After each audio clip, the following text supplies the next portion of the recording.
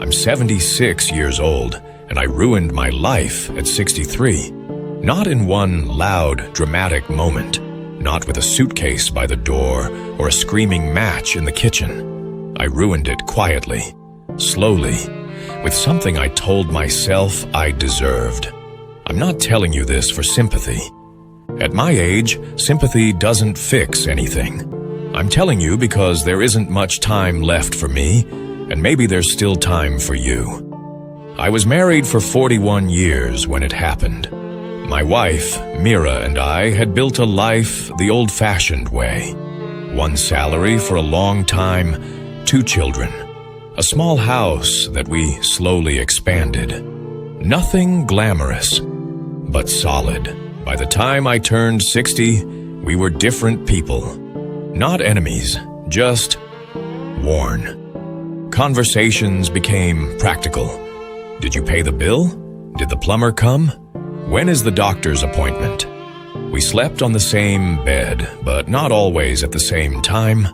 I watched television late. She read in the other room. It didn't feel tragic. It felt normal. I told myself this is what long marriages become. At 62, I started consulting part-time after retirement. It felt good to be needed again, to dress properly, to hear someone say, "We couldn't have done this without you." That's where I met her. She was 49, recently divorced, smart, attentive. She laughed at my stories, asked questions about my experience. No one had asked me about my experience in years. It didn't begin as an affair.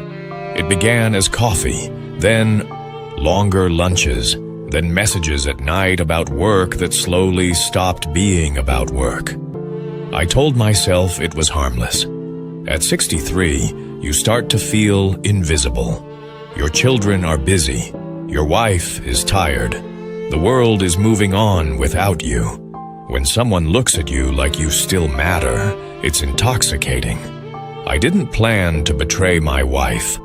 I would have said I loved her, and in a way, I did. But I also loved how I felt around this other woman. Younger, interesting, alive. The first time we crossed the line, I remember thinking, this is just something small for me. Just something that's mine. That's how selfishness sounds in your own head. It doesn't shout, it whispers. I didn't leave my wife. I didn't want to lose my house, my routine, my family image. I simply added another life beside the one I already had. And that's how the damage began. I missed small things first. A doctor's appointment I said I'd attend. A dinner with our daughter because I had work. I kept my phone face down. Mira noticed. Of course she did. She didn't accuse me immediately. She asked simple questions. Why are you smiling at your phone? Who are you texting this late? I would sigh. Act irritated. Turn it back on her. You become a different man when you're hiding something. You become sharp, defensive, cold. The affair lasted 2 years.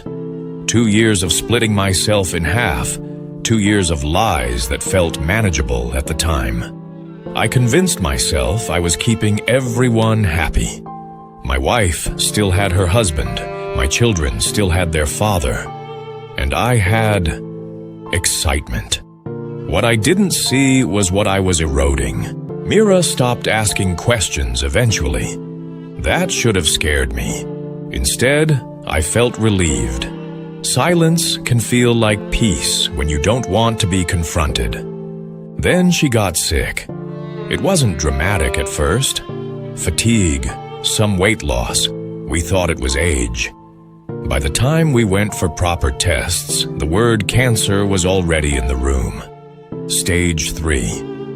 I remember sitting in that hospital corridor, the smell of antiseptic in the air, and thinking, I will end this other relationship now. I'll fix this. I'll be the husband I'm supposed to be.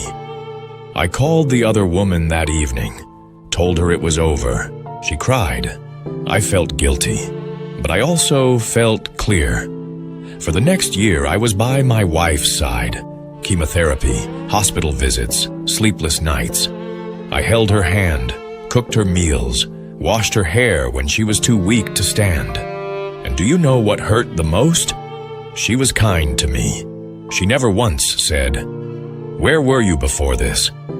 But sometimes, late at night, when she thought I was asleep, I saw her looking at me. Not with anger, with distance, as if she knew. She died at 67. The house was so quiet after the funeral. The bed felt enormous. I kept reaching to her side without thinking. That's when the weight came down. The affair was over. The woman had moved on. My children were polite but distant. They had sensed something during those years, even if they didn't know details. And I was alone, completely alone. I had traded pieces of my marriage for moments of validation. I had risked a 40-year partnership for something that lasted 24 months. And when it mattered most, when she was fighting for her life, I realized how fragile everything had been. An affair after 60 doesn't just risk your marriage, it risks your legacy. At 30, you think there's time to rebuild. That's when the weight came down. The affair was over. The woman had moved on. My children were polite but distant. They had sensed something during those years, even if they didn't know details. And I was alone, completely alone. I had traded pieces of my marriage for moments of validation. I had risked a 40-year partnership for something that lasted 24 months. And when it mattered most, when she was fighting for her life, I realized how fragile everything had been. An affair after 60 doesn't just risk your marriage, it risks your legacy. At 30, you think there's time to rebuild. At 40, you think you can recover from mistakes. At 63, you don't realize you are standing near the end of the road. There isn't time to repair what you break. I can't go back and give Mira those 2 years of full presence. I can't erase the messages, the lies, the nights I chose someone else's laughter over her quiet company. People think affairs are about sex. They're not. They're about ego, about wanting to feel alive again. But I learned something too late.